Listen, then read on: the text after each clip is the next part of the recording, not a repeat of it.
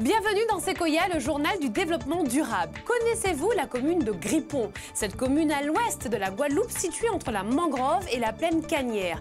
Elle était autrefois le lieu de prédilection pour la reproduction des lamantins. Morne-à-l'eau, puisqu'il s'agit d'elle, est résolument engagée dans la démarche de développement durable et a même lancé son agenda 21.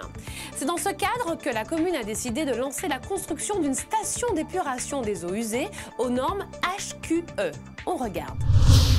HQE pour haute qualité environnementale. La nouvelle station d'épuration de Morne-à-l'eau a été pensée pour s'inscrire dans l'agenda 21 de la commune. Pour permettre à la commune d'avoir un équipement permettant à la fois de gérer les eaux usées de la commune, mais surtout pour avoir un équipement moderne, sans odeur, sans bruit, parce qu'il faut effectivement faire en sorte que l'environnement naturel et humain soit sauvegardé.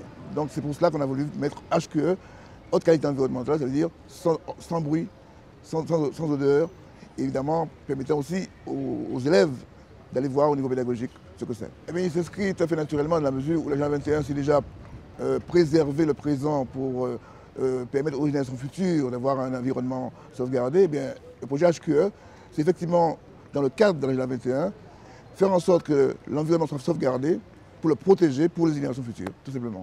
En effet, cette nouvelle station d'épuration est configurée pour accueillir du public et singulièrement des scolaires.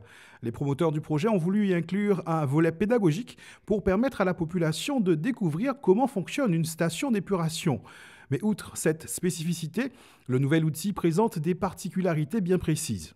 Et les particularités sont liées au HQE, c'est-à-dire à la haute qualité environnementale de cette station d'épuration, où on aura de faibles nuisances sonores, notamment pour les riverains de la station d'épuration.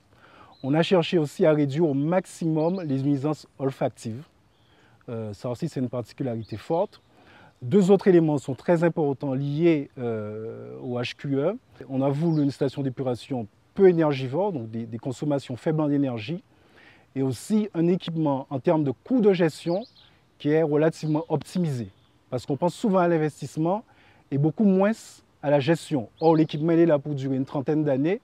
Il fallait rechercher un équipement en termes de coût d'entretien qui était le plus faible possible. Pour mener à bien ce projet, la commune a bénéficié d'un prêt long terme de l'AFD, mais aussi du préfinancement de sa subvention européenne, un accompagnement dont elle n'est pas la seule à avoir bénéficié. Hormis la station d'épuration de Morne-à-l'eau, il faut savoir que 3 stations d'épuration ont bénéficié de financement AFD en 2014. Alors, la construction de tel édifice est soumise à une réglementation européenne assez rigoureuse. Ils doivent être également réalisés dans des temps qui sont contraints. L'AFD donc accompagne et se tient aux côtés des collectivités locales pour les aider dans la mise en œuvre de ces investissements qui sont obligatoires. La nouvelle station d'épuration de Morne-à-l'eau a été pensée pour s'intégrer dans son environnement immédiat par le choix des coloris de la nouvelle structure et l'aménagement paysager programmé. Merci de nous avoir suivis. Ainsi s'achève Sequoia, le journal du développement durable. Et n'oubliez pas, la planète est une île, protégeons-la.